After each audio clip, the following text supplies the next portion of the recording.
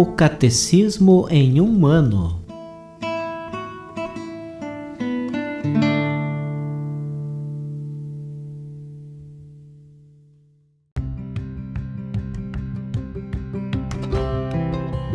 Olá, eu sou o Jefferson, seminarista na Diocese de Ponta Grossa, Paraná. Você está ouvindo o podcast O Catecismo em um ano. Vamos ler todo o Catecismo da Igreja Católica ao longo de 365 dias. Estamos usando a tradução em português, apresentada pela CNBB em 2013, baseada na edição típica em latim. Baixe o plano de leitura que você pode encontrar na bio do Instagram, @o Catecismo em um ano, ou na descrição desse podcast.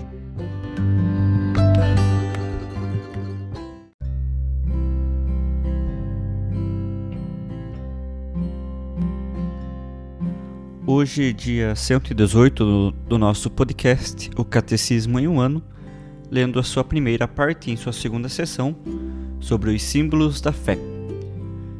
Hoje vamos ler um pouco sobre a vida consagrada, dos números 914 ao 924.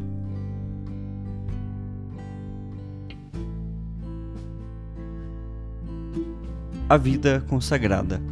O estado de vida constituído pela profissão dos conselhos evangélicos, embora não pertença à estrutura hierárquica da Igreja, está, contudo, firmemente relacionado com sua vida e santidade. Conselhos evangélicos, vida consagrada. Os conselhos evangélicos, em sua multiplicidade, são propostos a todo discípulo de Cristo.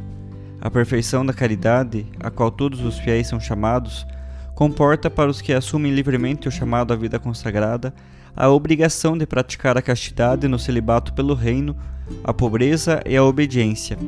É a profissão desses conselhos em um estado de vida estável, reconhecido pela Igreja, que caracteriza a vida consagrada a Deus. O estado da vida consagrada aparece, portanto, como uma das maneiras de conhecer uma consagração mais íntima, que se enraiza no batismo e se dedica totalmente a Deus. Na vida consagrada, os fiéis de Cristo se propõem sob a moção do Espírito Santo, seguir a Cristo mais de perto, doar-se a Deus, amado acima de tudo e procurando alcançar a perfeição da caridade a serviço do reino, significar e anunciar na Igreja a glória do mundo futuro. Uma grande árvore de múltiplos ramos. Disso resultou que, como numa árvore frondosa e admiravelmente diferenciada na seara do Senhor, em virtude da semente divinamente plantado, floresceram as diversas modalidades da vida solitária ou comum, assim como as várias famílias as quais se desenvolve tanto para proveito dos próprios membros, quanto para o bem de todo o corpo de Cristo. Desde os primórdios da Igreja, existiram homens e mulheres que se propuseram, pela prática dos conselhos evangélicos, seguir a Cristo com maior liberdade e imitá-lo mais de perto. Elevaram, cada qual a seu modo, uma vida consagrada a Deus.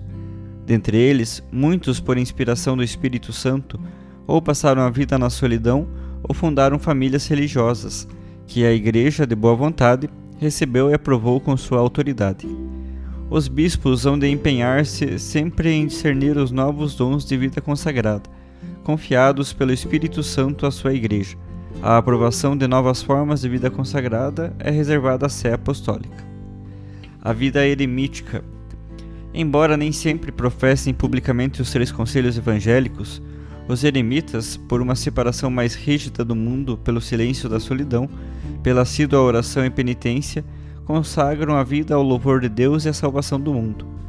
Os eremitas mostram a cada um esse aspecto interior do mistério da Igreja, que é a intimidade pessoal com Cristo.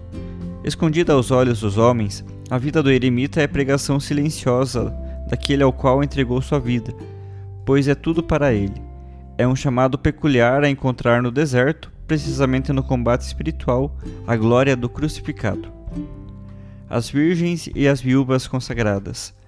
Desde os tempos apostólicos, virgens e viúvas cristãs, chamadas pelo Senhor a apegar-se a Ele sem partilha, em maior liberdade de coração, de corpo e de espírito, tomaram a decisão, aprovada pela Igreja, de viver respectivamente no estado de virgindade ou de castidade perpétua, por causa do reino dos céus. Emitindo o santo propósito de seguir a Cristo mais de perto, As virgens são consagradas a Deus pelo bispo diocesano, segundo o rito litúrgico aprovado, misticamente desposadas com Cristo, Filho de Deus, e dedicadas ao serviço da Igreja. Por este rito solene, Consecratio Virginum, a Virgem é constituída pessoa consagrada, sinal transcendente do amor da Igreja a Cristo, imagem escatológica desta esposa do céu e da vida futura. Acrescentada às outras fontes de vida consagrada, a Ordem das Virgens constitui a mulher que vive no mundo, ou a monja, na oração, na penitência, no serviço a seus irmãos, no trabalho apostólico, conforme o estado e os carismas respectivos oferecidos a cada uma. As virgens consagradas podem se associar para guardar mais fielmente seus propósitos.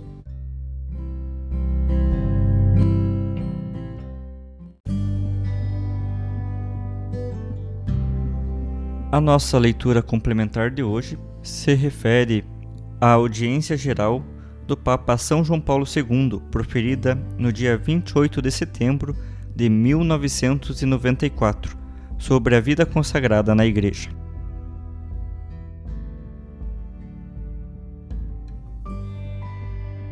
Nas catequeses que estamos realizando há algum tempo, apresentamos várias vezes a Igreja como povo sacerdotal, isto é, composto de pessoas que participam do sacerdócio de Cristo, como estado de consagração a Deus e exercício de adoração perfeita e definitiva que Ele entrega ao Pai em nome de toda a humanidade.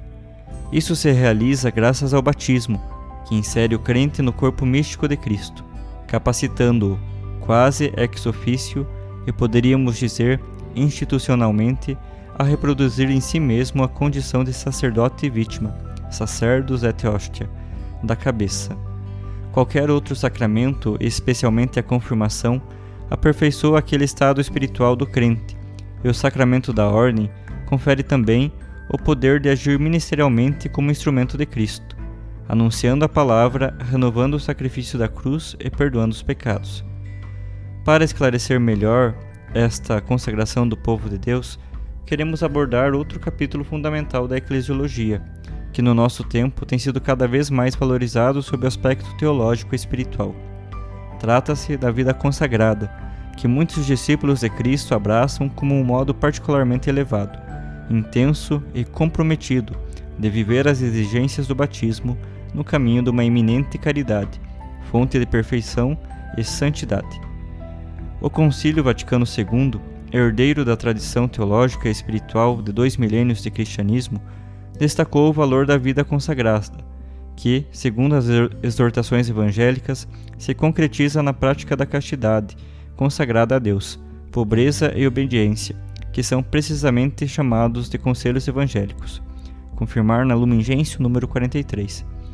O concílio as define como manifestação espontânea da ação soberana do Espírito Santo, que desde o início suscita um grande florescimento de almas generosas, movidas pelo desejo de perfeição e dedicação ao bem de todo o corpo de Cristo.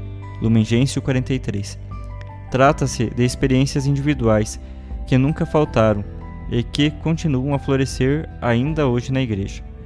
Mas, já desde os primeiros séculos, a tendência de passar do exercício pessoal, e podemos dizer privado, dos conselhos evangélicos a uma situação de reconhecimento público por parte da Igreja, tanto na vida solitária dos eremitas, como, e cada vez mais, na formação de comunidades monásticas ou famílias religiosas que procurem promover a realização dos objetivos da vida consagrada: estabilidade, melhor formação doutrinal, obediência, entreajuda e progresso na caridade.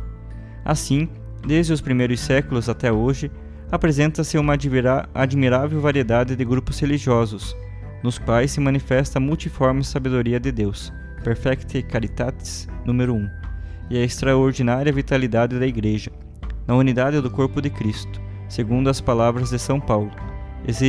Existem diversos carismas, mas o mesmo Espírito. O Espírito derrama os seus dons numa grande multiplicidade de modos para enriquecer a sua Igreja, que na sua variada beleza manifesta na história as insondáveis riquezas de Cristo, manifestadas em toda a criação em muitas formas e em cada uma das suas partes, multipliciter et division, segundo São Tomás, que em Deus é a unidade absoluta. Em todo caso, trata-se sempre de um dom divino, fundamentalmente único, mesmo na multiplicidade e variedade dos dons espirituais, ou carismas, concedidos a indivíduos e comunidades.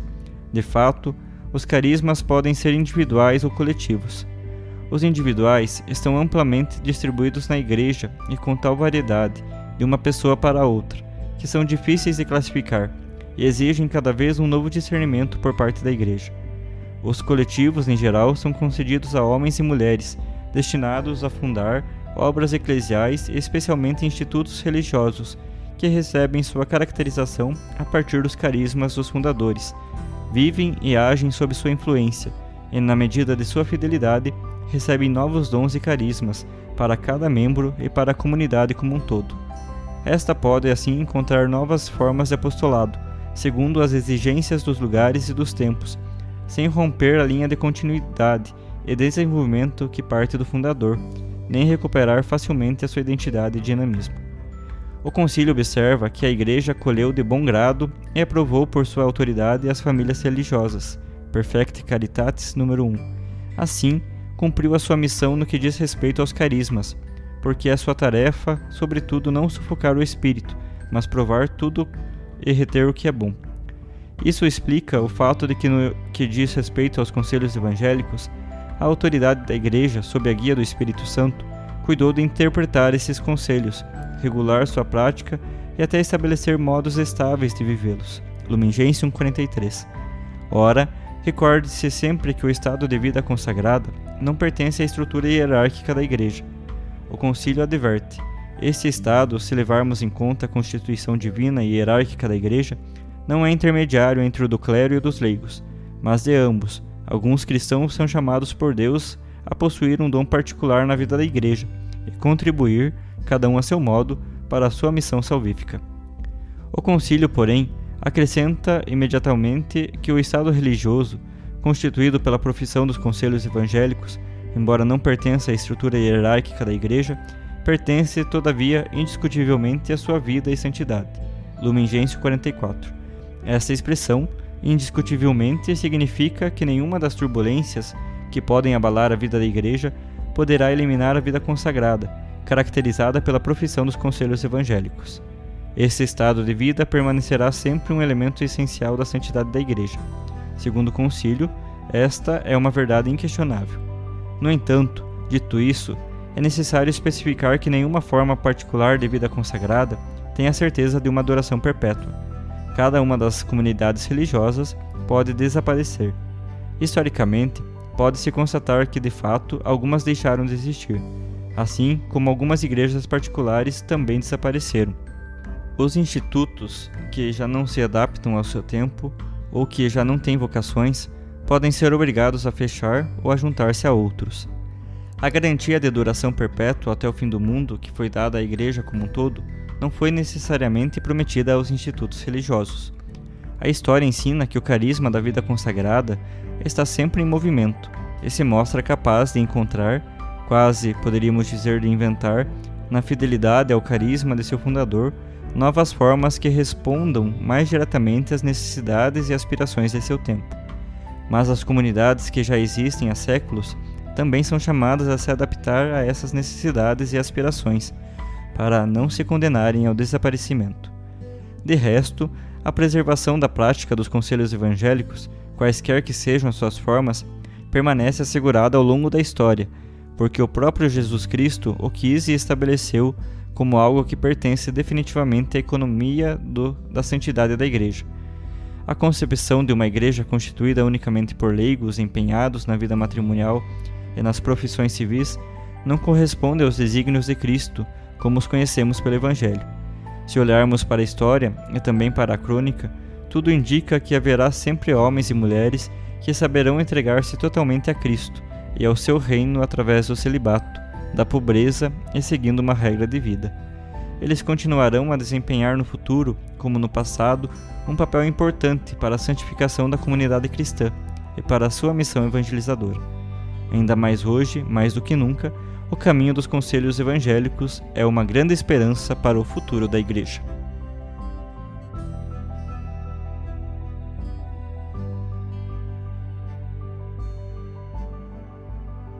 Os textos das catequeses papais encontram-se na íntegra no site da Santa Sé, vatican.va.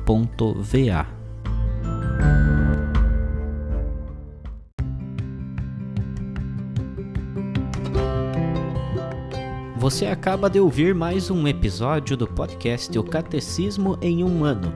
Continue nesse bom propósito de aprofundar o conhecimento e a vivência da fé católica e procure participar da sua comunidade. Rezemos por todos que estão fazendo esse caminho de leitura do Catecismo. Até amanhã!